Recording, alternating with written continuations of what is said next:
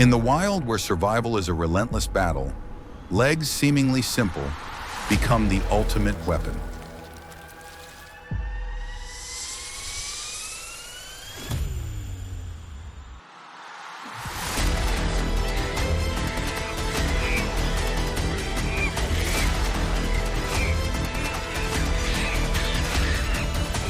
Each kick is a counterattack, a declaration. The weak are not necessarily powerless.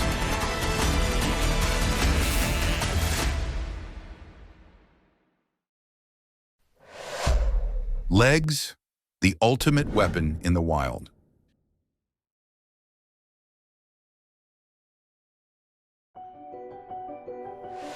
In the wild, survival is a never-ending battle.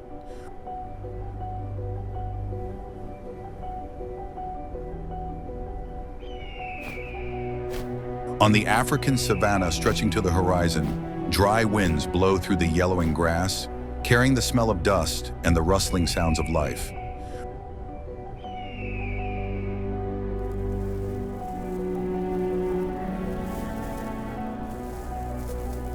Gnarled acacia trees stand alone in the sea of grass, their shadows lengthening under the midday sun, where lions lurk, zebras gallop, and heavy elephants trudge across the cracked earth.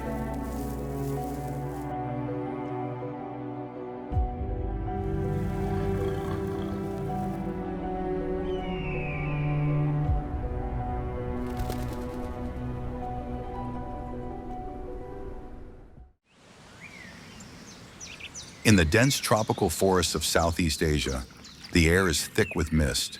The smell of decaying leaves mingles with tree sap, and insects chirp day and night.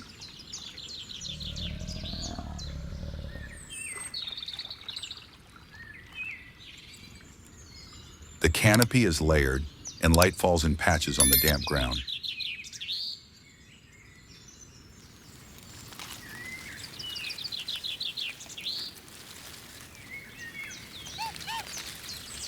Here, vines wrap around ancient tree trunks, and life thrives in the shadows. Birds, monkeys, snakes, and pairs of silent eyes watching from above.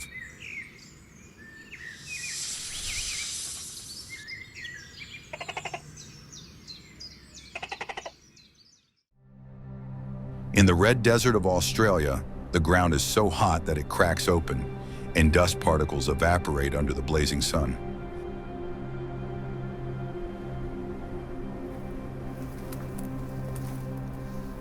Low bushes and sandstone rocks lie exposed like giant scars on the ancient continent.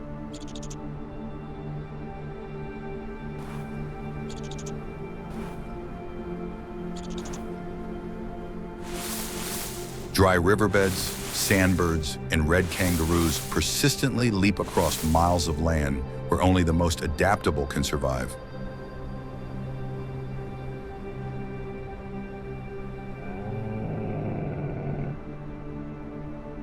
In the tall grass of the prairies, in the darkness of the jungle, or in the scorching desert, creatures must fight to survive.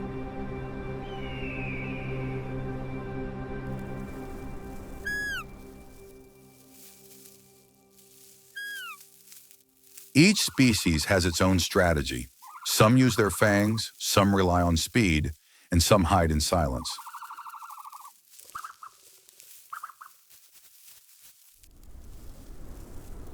But there are those who need neither roars nor claws.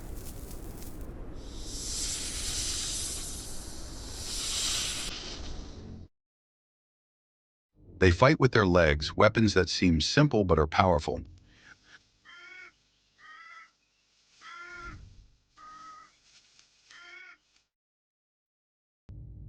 From the zebra's rear kick that breaks a cheetah's jaw, to the double kick of the kangaroo rat that can pierce its opponent's internal organs.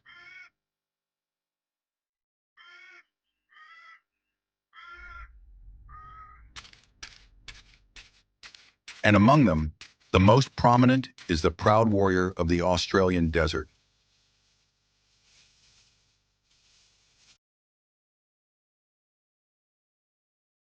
the kangaroo. Kangaroos have long, powerful hind legs with a biospring-like structure that allows them to jump up to 9 meters in a single leap.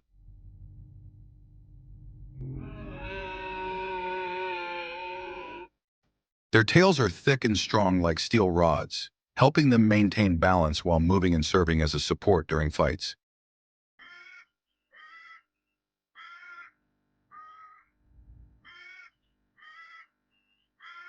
They live in small groups, usually consisting of a dominant male, several females, and young.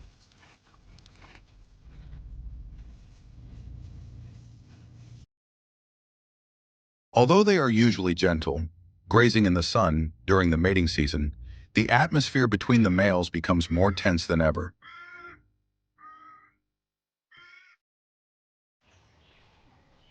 As evening falls over the Australian grasslands, the last rays of sunlight gently spread across the knee-high grass, swaying with the breeze.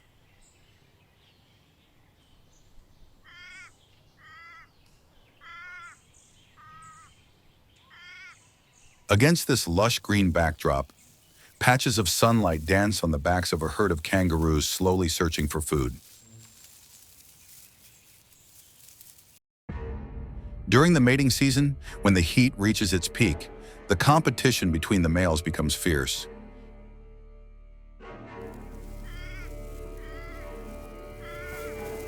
Each one tries to prove his strength to gain access to the females.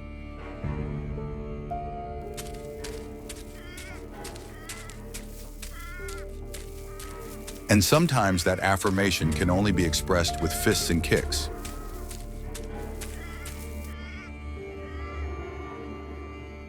In the middle of a wide grassy field, two male kangaroos face each other in silence. One is large with fiery red fur and bulging muscles. The other is smaller but has a determined,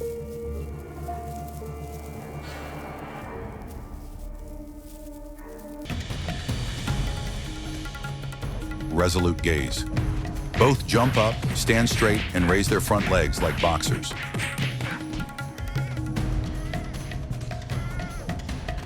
The grass is trampled and dust flies as the first punches land on the grassland.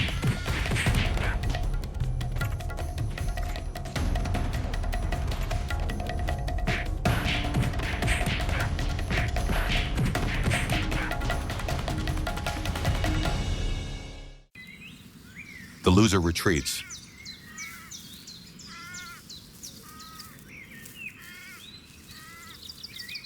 The winner stands still.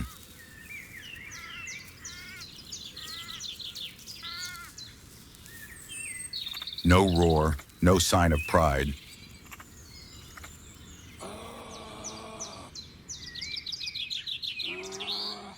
He turns toward the females, watching from a distance.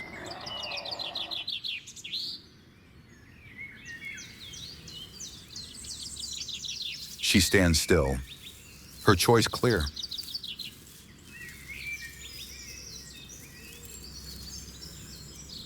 And as the sun sets, in the brief moment between battle and peace, a new life cycle begins.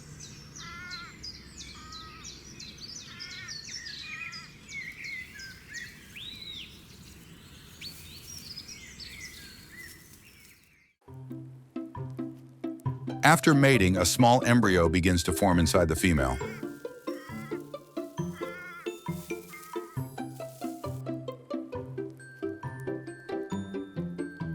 However, it does not develop immediately, as kangaroos can delay pregnancy until conditions are favorable.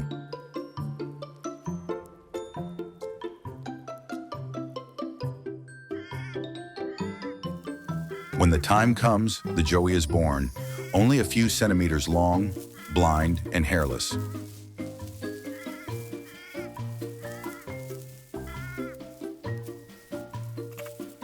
By instinct, it crawls into its mother's pouch, latches onto a teat, and begins its journey of growth in the safe darkness.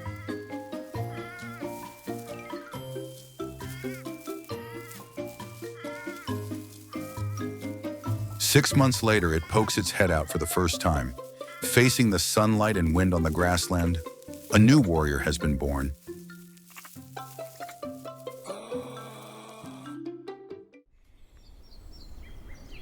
Among the dry grasslands and thorny bushes of Africa, where zebras gallop like the wind, antelopes move cautiously, and lions lurk in the tall grass, there is a giant bird striding proudly.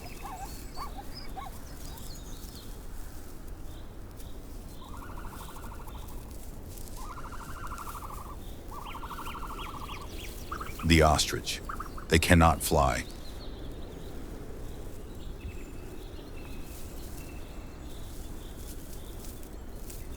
But in return, nature has given ostriches long, powerful legs that allow them to run at speeds of up to 70 km per hour and serve as a formidable weapon of defense.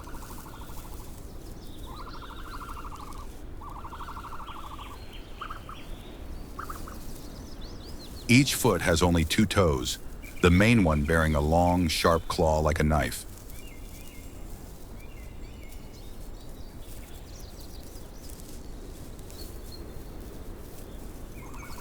When in danger, ostriches do not panic.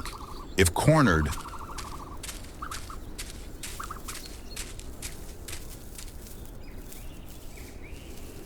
they kick forward with enough force to send hyenas reeling.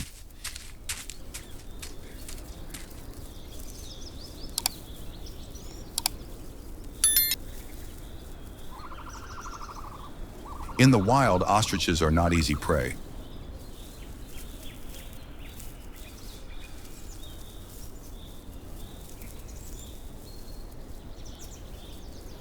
They live scattered across savannas, near sources of water and food, which are also the playgrounds of African elephants, giraffes, hyenas, and sometimes flocks of vultures that patiently circle overhead, waiting for carrion.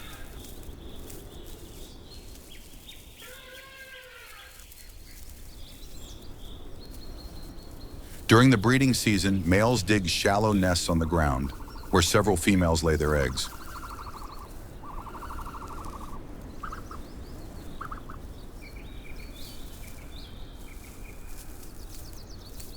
Ostrich eggs are as large as watermelons with thick, hard shells.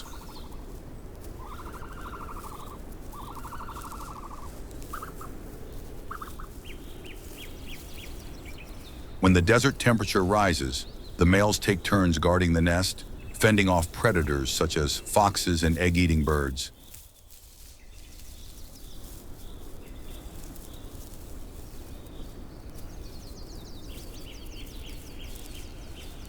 And then one day, amid the scorching sun and wind, the white shell cracks open.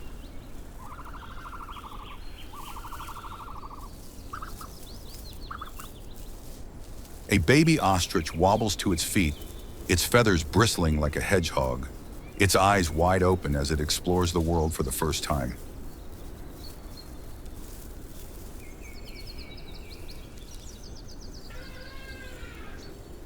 It doesn't know how to kick or run, but from its very blood, it carries the instinct for survival that has allowed its parents to endure in this harsh wilderness.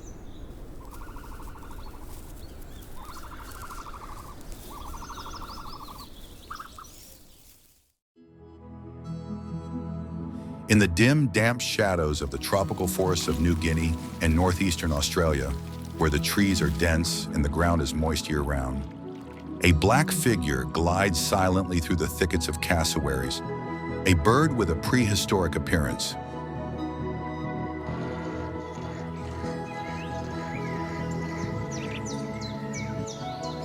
Unable to fly, the cassowary possesses a large body, long legs, and a horn-like crest on its head that resembles a weapon.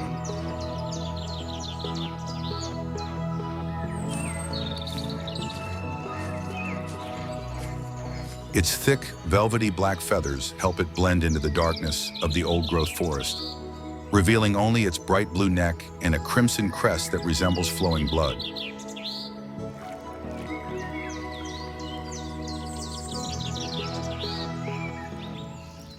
But it is its legs that make it a silent killer.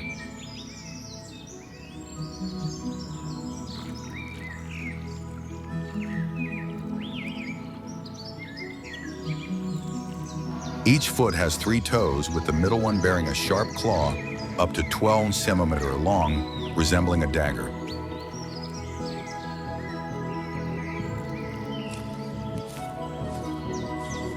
When threatened, the cassowary does not warn its prey.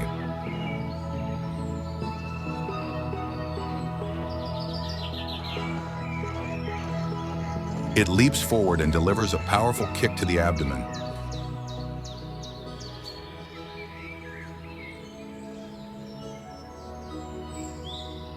The wound can tear through flesh and even rip internal organs.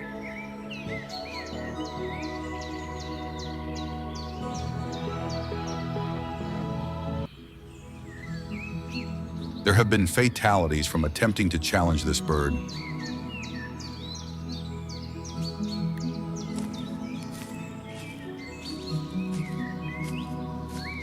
Cassowaries live alone, wandering in search of their favorite fallen fruit.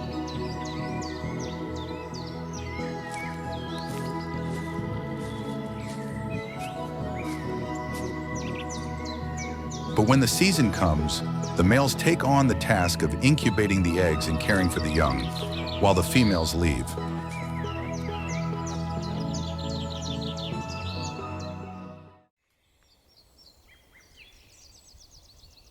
As dawn breaks, the African savanna awakens under the bright orange sunlight.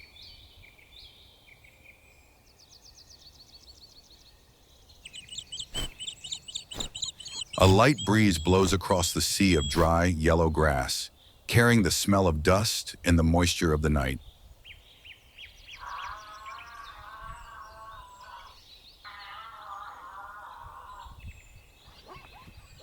Baobab trees scattered like ancient fortresses across the field cast long shadows on the cracked ground.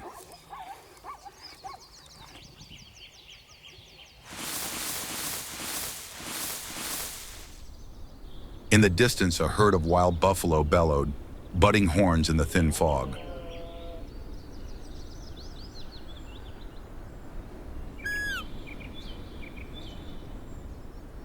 A herd of spiral-horned antelopes cautiously drank water at the edge of the lake, where crocodiles lay half-submerged in silence.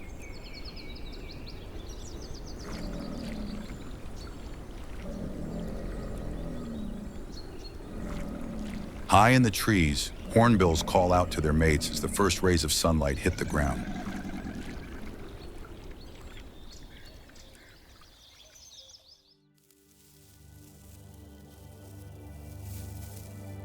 Amidst this scene, a herd of zebras moves cautiously in formation.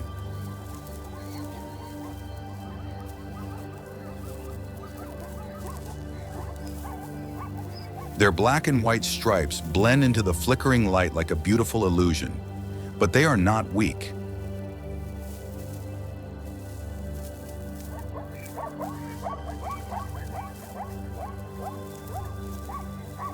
In a place where predators lurk behind every tree, all creatures must be ready to fight.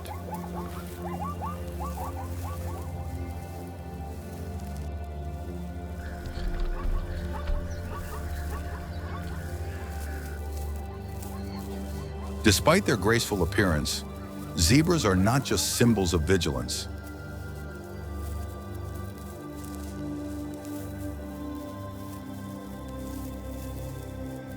Within the herd, they always maintain a reasonable distance from one another, their ears constantly pricked up to pick up signals, their eyes darting around to detect any unusual signs in the tall grass.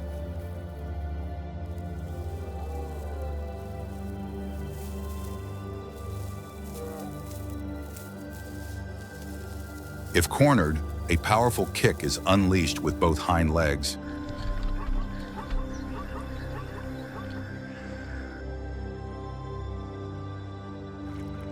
Faster than lightning and capable of shattering an enemy's skull or jaw.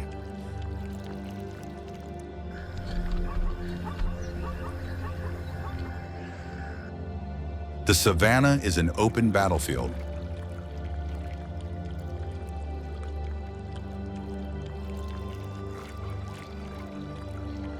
Anyone can become a victim.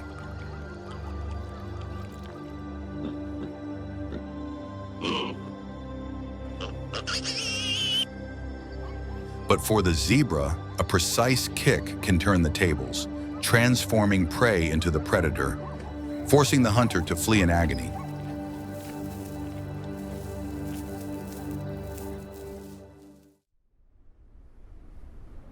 When the midday sun beats down heavily on the African grasslands, most creatures seek shade to rest.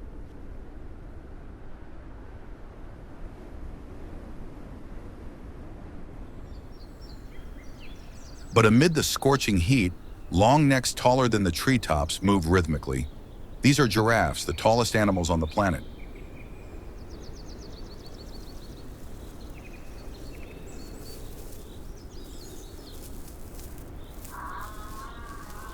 Standing over 5 meters tall and weighing more than 1 ton, giraffes are mobile fortresses.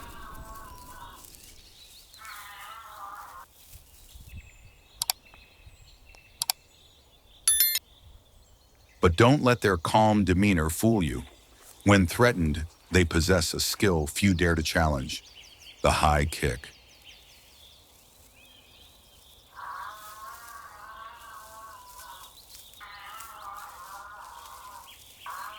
Each of the giraffe's legs is long and sturdy like pillars supporting the sky.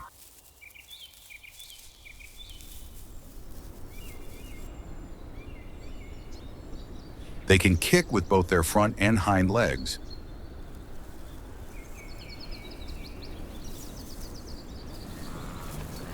But it is the horizontal kick with their hind legs that is the most deadly, fast, powerful, and precise.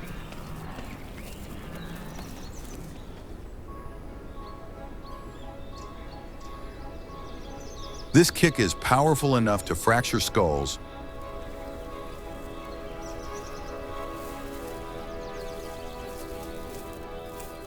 break jaws, or even kill a lion charging at them.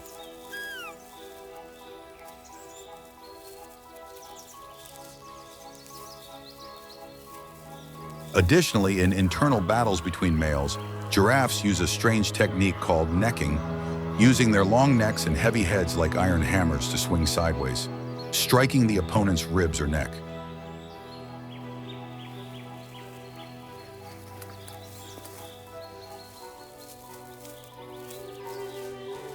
Each neck swing is a powerful blow that can stun or knock down the opponent.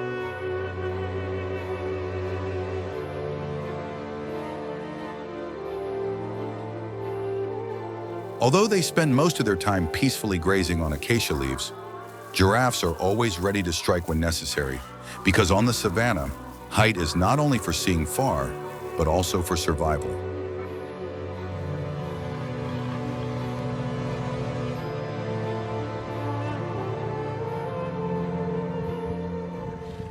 In the middle of the African savanna, a tall bird silently strides along, the secretary bird, a predator that does not soar into the sky, but walks as if on patrol.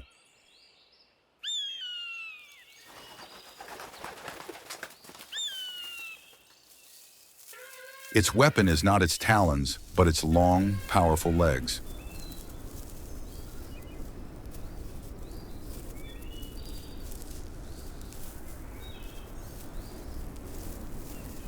When it spots a snake, it strikes with lightning speed, delivering blows powerful enough to break bones or knock the snake unconscious in just a few kicks.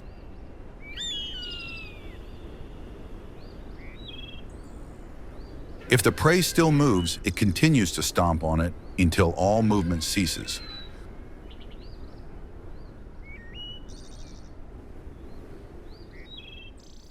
Without chasing or showing off, the secretary eagle takes down its prey with precise and cold strength from its legs, a weapon that makes every small creature under the grass wary.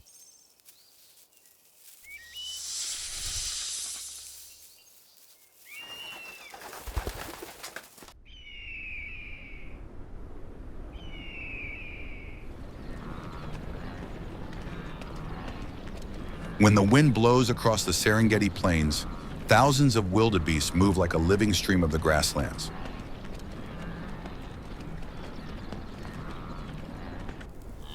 They are associated with the image of being hunted, but they are not a species that only knows how to run away.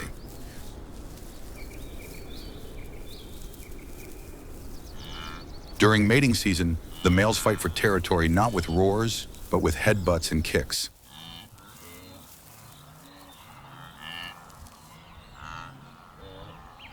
The battle erupts among the dry grass, their hooves trampling the ground, dust swirling in the air. After many fiery headbutts, one male finally falls, leaving the victor standing, panting amid the smell of sweat and blood in the wind. But that glory does not last long. Evening falls on the grasslands.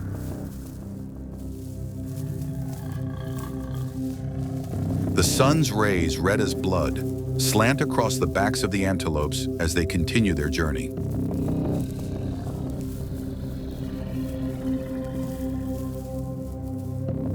No one knows that death has been following them all this time, lurking behind the tall grass.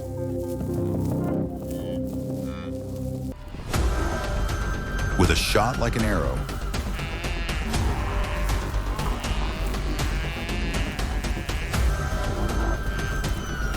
the lioness aimed straight for the male who had just defeated the exhausted male after the fight.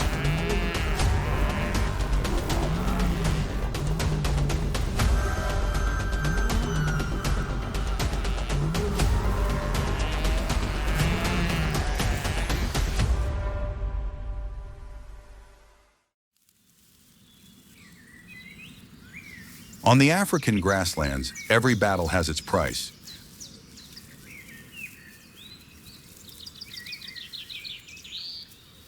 The wildebeest, fierce in battle and persistent in migration, cannot escape the harsh laws of nature. The predator always follows its prey, even when it is at its strongest.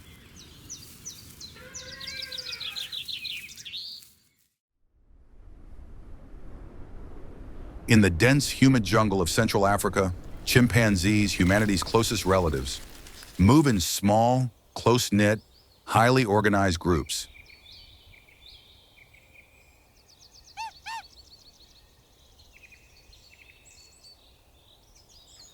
They have muscular bodies, long arms, incredible strength, and brains smart enough to use tools, strategize, and remember their enemies.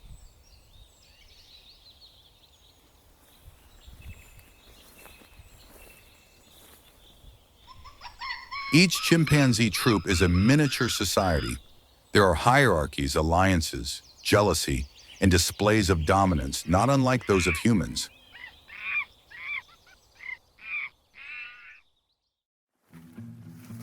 Early in the morning, the chimpanzees silently patrol their territory.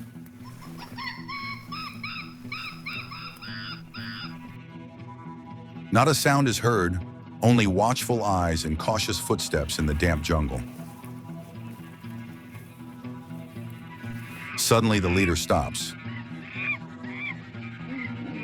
Ahead, a group of unfamiliar chimpanzees is sneaking into their territory.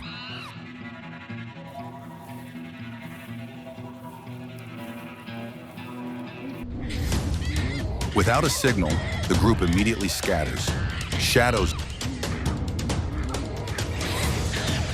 dart away in silence before suddenly attacking. Punches, bites, and screams echo through the forest. The intruders flee in chaos.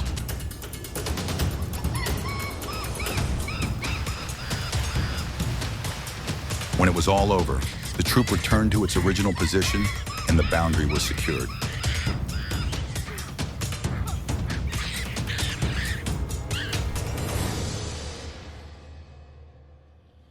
On the scorching rock slopes and dry edges of the African forest, baboons gather in large, noisy troops.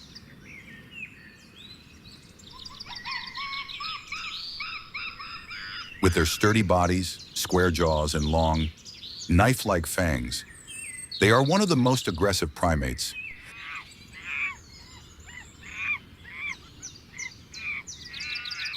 They live in a hierarchical system.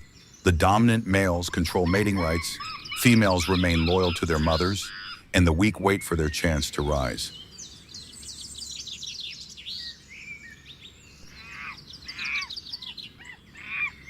Beneath their shaggy fur and loud cries lies a society filled with competition and calculation. But for outsiders, there is no chance. When a male from another troop strays into the edge of their territory, the entire troop immediately springs into action. The adult males charge forward, rearing up, baring their teeth, and letting out a deafening roar that echoes off the rock walls. If the opponent does not retreat, they attack, biting, scratching, and pulling without killing, just to drive the intruder away. Territory is a sacred boundary, and baboons defend it with everything their instincts allow: screams, sharp teeth, and the strength of the group.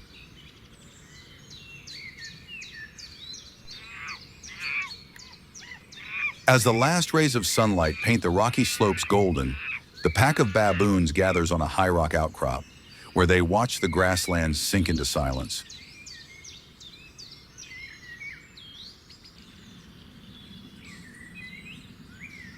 Brown, tangled shadows with shaggy fur still echo in the wind.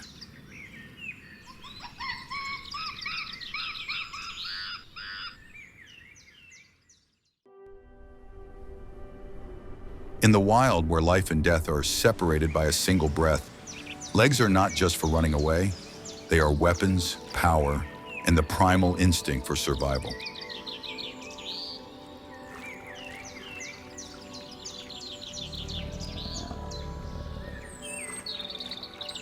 On the grasslands, in the dense forests, or in the barren desert, every kick leaves a mark, not just on the ground, but in the genetic chain of life.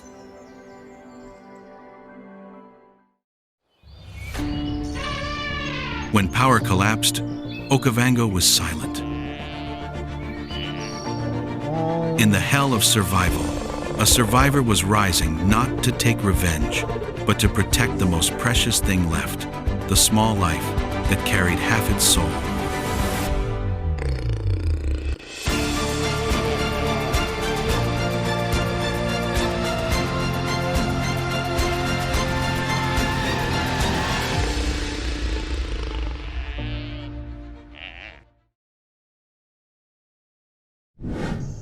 The journey of the mother cheetah in the ashes of Okavango.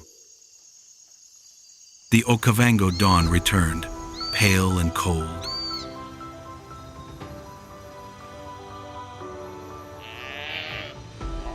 Light penetrated the dry air, shining on the streaks of dried blood on the burnt grass.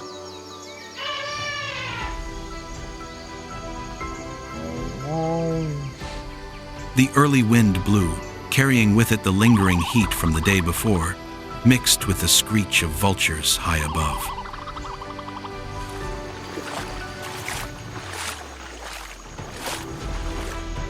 In the distance, the black shadows of the African wolf pack moved in disarray, no longer in formation, no longer in discipline.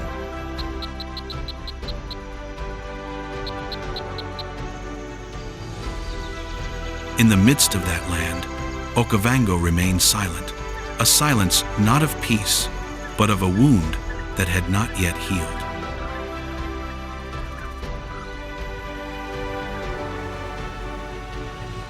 On the cracked slope, beside the broken grass and the dried blood, a slender body lay still, its chest heaving weakly, its shoulders shaking slightly with each rapid breath.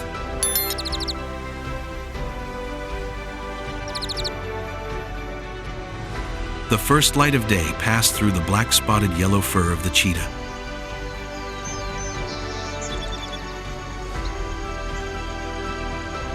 It was still alive.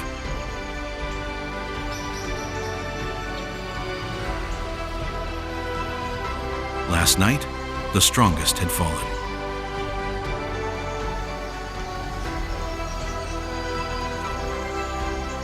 The African wolf pack was broken. The lion had ascended, and the Okavango had another scar.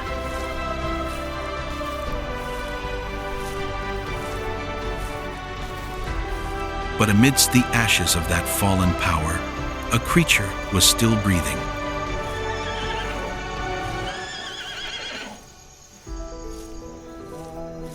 The one who had been robbed of his spoils, who had fallen before the African wolf pack, now rose in silence, in the darkness, and in a hunger that had never been quenched.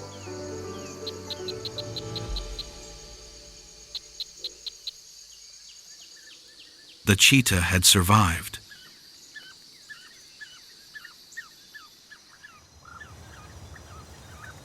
And now, it would show the Okavango that the quietest were the most dangerous.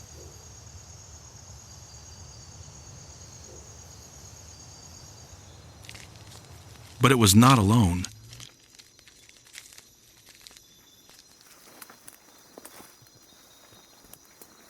Behind, in a shallow hole, the tiny cub lay huddled, eyes not yet fully open, its weak body trembling with each dry wind.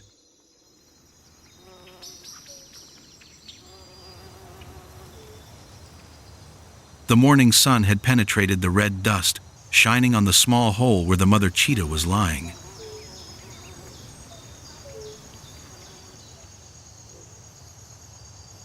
The vultures were gone, only the wind blowing through the dry grass and the steady breathing of the two fragile creatures.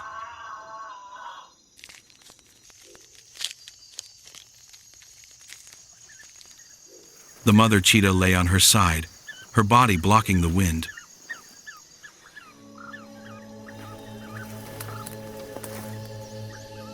On her chest, the cub curled up, its tiny head rubbing against the warm chest fur, searching for the scent of milk.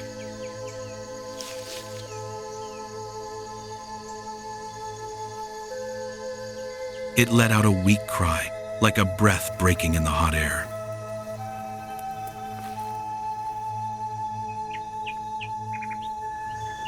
The mother cheetah tilted her head, licking her cub's neck gently.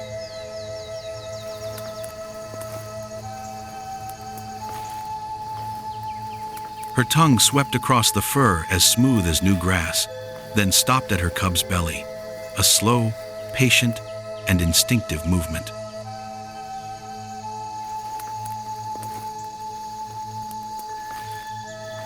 With each touch, her eyes closed slightly, as if remembering this moment because she knew, in the Okavango, nothing lasted forever.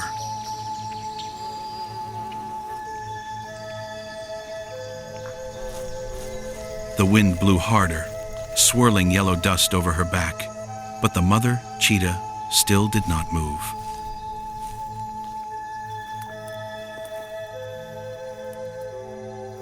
It stretched its neck, gently rubbed its forehead against its child, its breath mingling with the other small breath.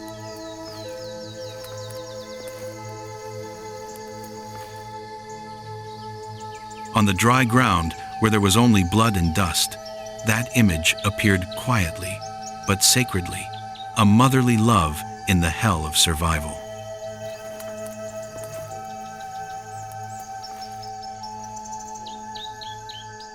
In the distance, the sun was rising high, pouring golden light on its spotted fur.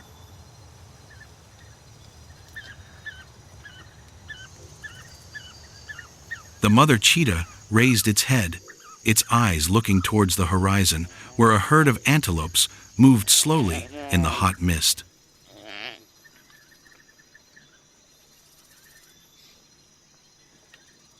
It knew hunger was coming.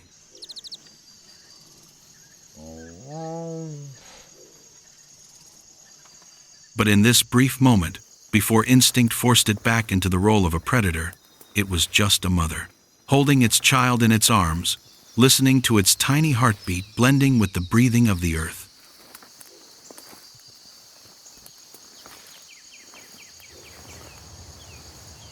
Time passed like silent sand.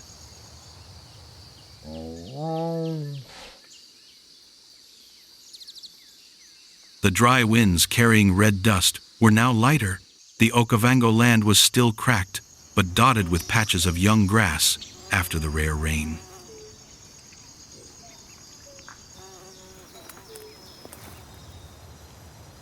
The small nest under the tree canopy was no longer an absolute hiding place, but the beginning of a new journey.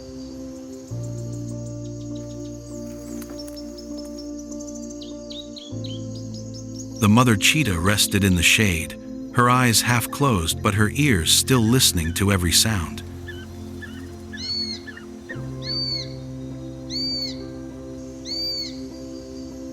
Ahead, the cub had begun to leave the safety of the ground.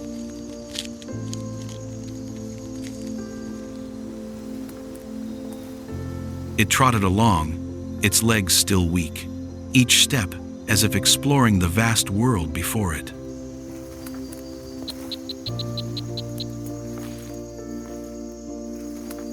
Its round eyes reflected the sunlight, flashing with curiosity and innocence, a rare light in this harsh habitat.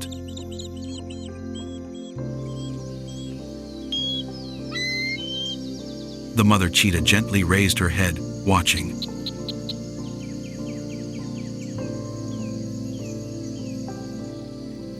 The cub staggered a few steps, then suddenly jumped up and ran, kicking up dust with its two small legs, its short tail wagging wildly in a wild joy.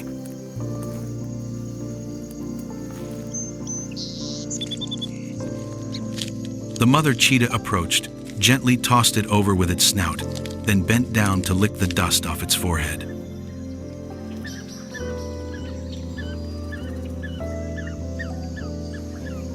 Laughter did not exist in the Okavango, but life still seeped through each of those small steps.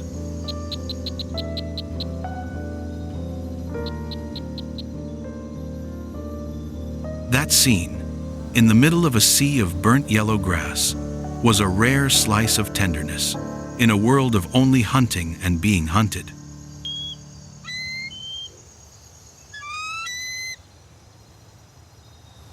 In the distance, the wind carried the call of the plains.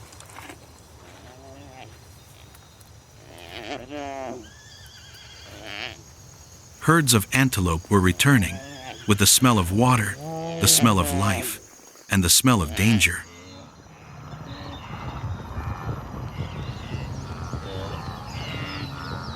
The mother cheetah looked at her cub again, her eyes mixed with pride and fear.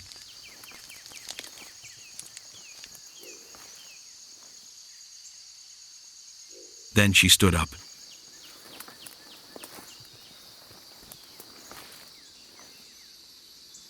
It was time to teach her cub the first lesson of the steppe.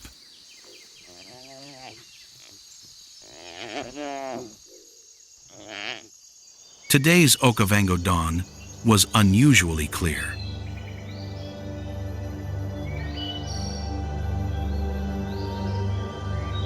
After many peaceful nights, the sky was clear and dustless. The early morning light filtered through the yellow grass, shining into the cave where the mother and her cubs lay.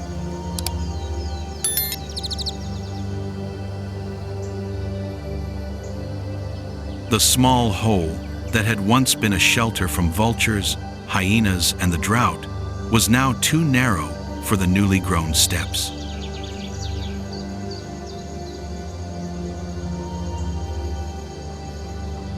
The mother cheetah raised her head.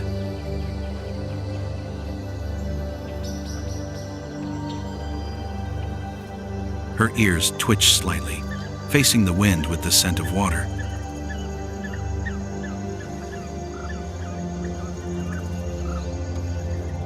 Far away, at the lowest point of the delta, the Okavango River was slowly receding, leaving behind wet mud puddles.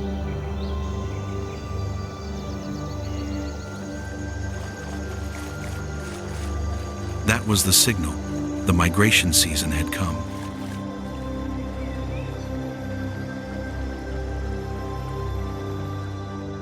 She stood up, quietly stretching out to the cave entrance.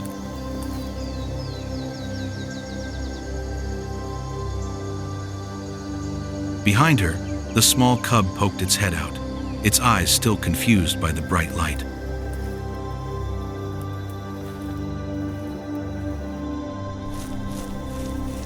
The cub responded with a cry as thin as the wind, then walked slowly after its mother.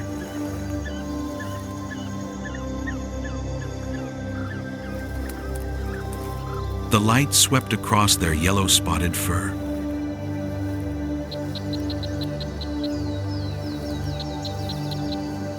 Taking the first step on the cracked ground, the cub paused, then bent down to sniff the warm dust.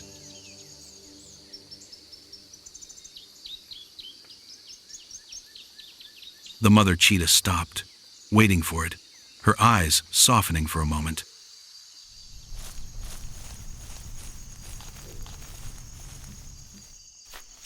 Ahead was a vast world of vast seas of grass, lonely acacia trees, and beyond was the water sparkling in the morning mist.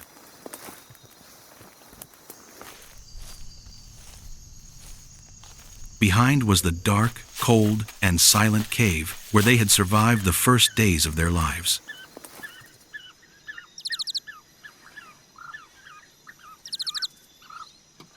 Then it hissed softly, crouched low, and began to walk, leading its young.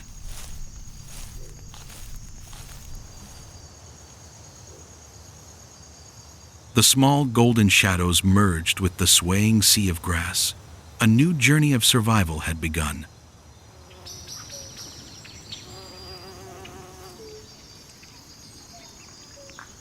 The Okavango sun had risen high, spreading golden rays of sunlight on the moving sea of grass.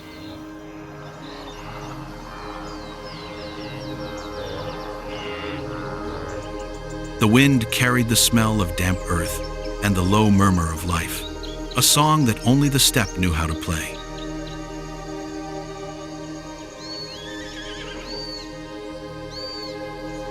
From behind the low acacia bushes, the small leopard shadow stepped out.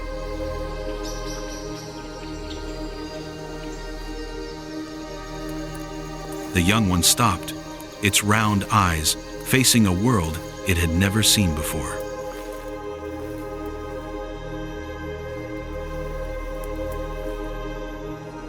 The vast plain was like an ocean of grass. Faint dust streaks were rising from the distance, where thousands of creatures were moving in the same direction.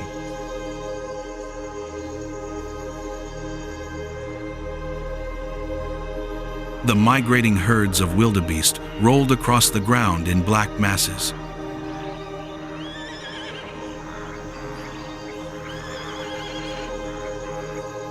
Each step shook the air, creating a rhythm of life.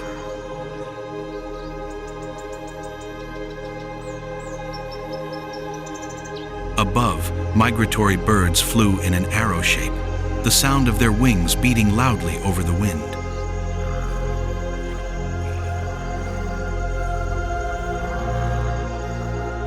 Farther away, the Okavango river elephants moved through the shallow mud, large columns of dust rising with each stomp of their feet.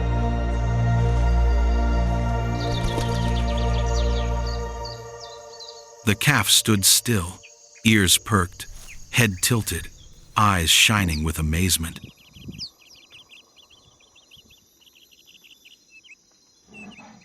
It stretched itself, looking around as if trying to understand why that giant world was moving.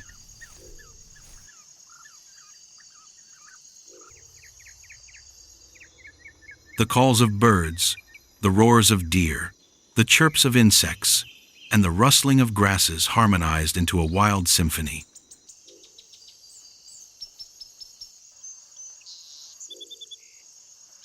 The mother cheetah stood beside it, her eyes calm, but her ears always moving slightly.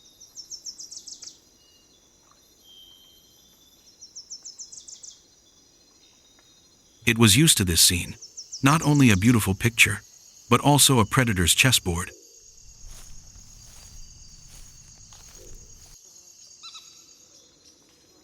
He looked out over the plains where a herd of impalas had gathered around a watering hole.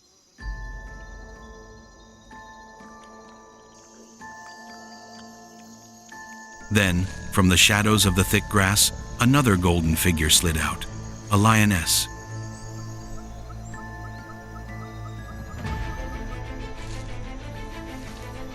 The air seemed to hold its breath.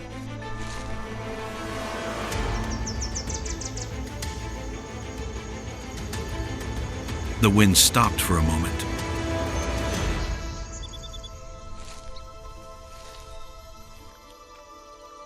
The The lion lowered itself, its muscles taut as a string, and then leaped.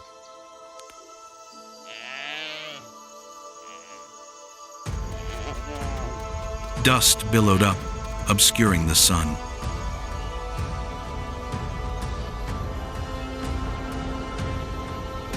Roars resounded.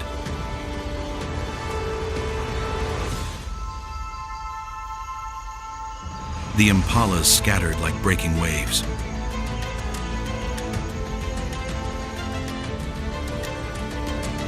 One fell.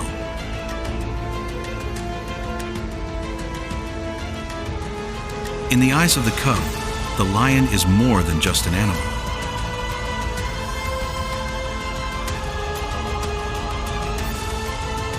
It is the silhouette of absolute power, a mountain moving in the midst of a dust storm.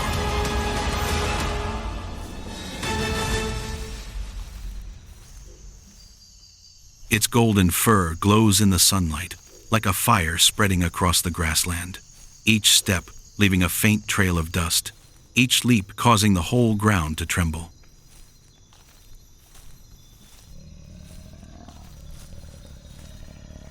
But parallel to the fear, there is something else that ignites a primitive admiration.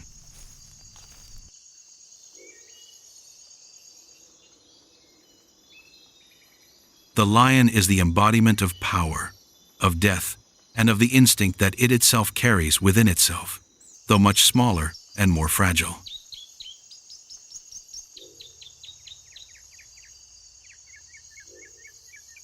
The golden silhouette of the mother and cub quietly passes through the swaying grass.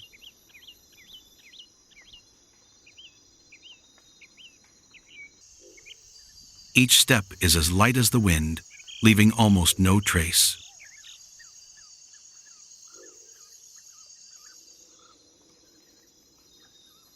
The mother cheetah walks ahead, her ears always turned to the wind, each step detecting every movement.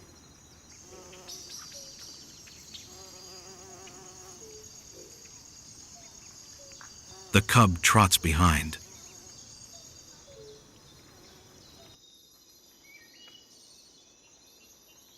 On the Okavango plain, water is a luxury.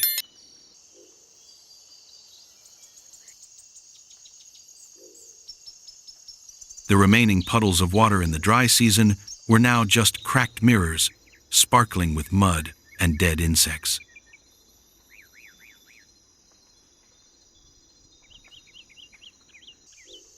The mother and her cubs finally found a small puddle in the middle of the sea of burnt grass.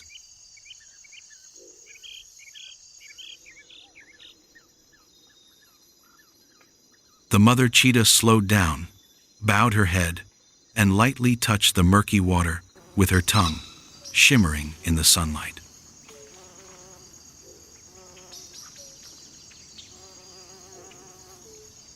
Behind her, the cub trotted over, hesitated, then imitated her mother, licking small mouthfuls.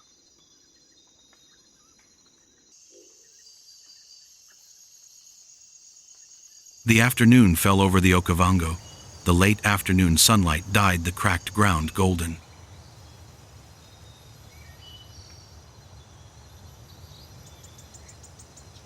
The mother cheetah stopped on a low mound, her eyes narrowed.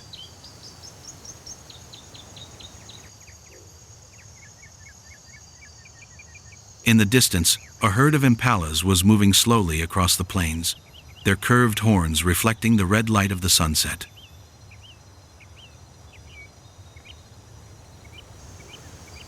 The three cubs immediately crouched low, their eyes following their mother's direction.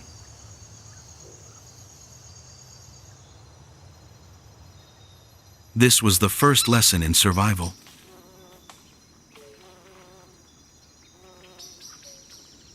In the burning Okavango, every creature had to learn to run or die.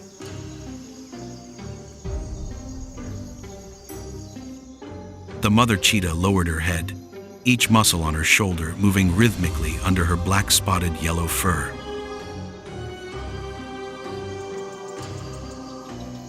Its lungs are almost twice as large as other cats, Each breath is a burst of oxygen for speed.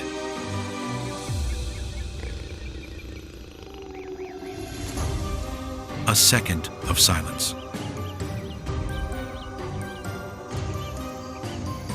Then it runs away.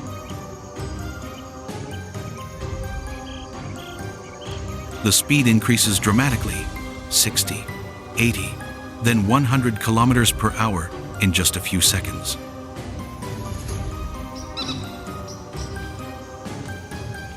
Behind, the baby is startled, then quickly runs after.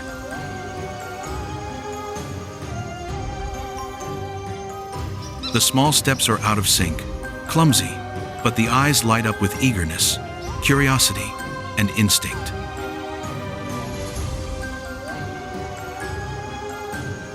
They do not understand why their mother runs away, only knowing to follow the heartbeat of the forest beating in their blood.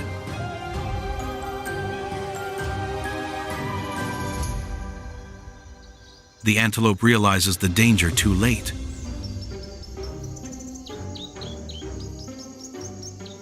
The antelope falls down.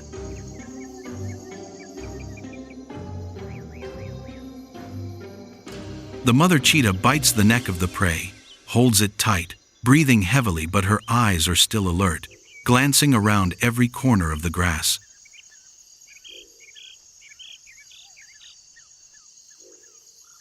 In the distance, the baby has run to them.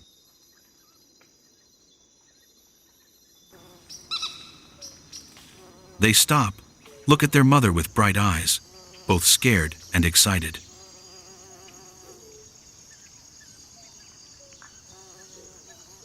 A survival lesson has ended, with blood, speed, and the perfect instinct of someone created to hunt.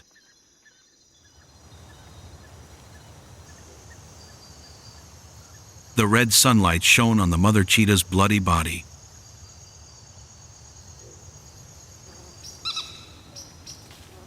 Beside her, the cubs were eating their first piece of meat in their lives, their eyes shining under the yellow dust.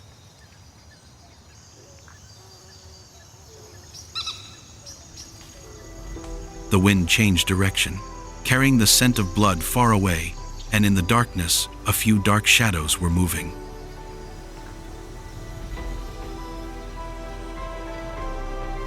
The mother cheetah raised her head, her ears perked up, her body tensed.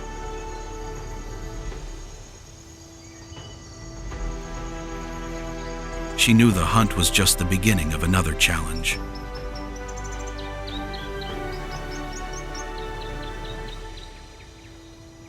Will the mother cheetah have enough strength to protect her cubs and her spoils? Or will the Okavango's vortex of survival take everything away? Stay tuned for the next episode.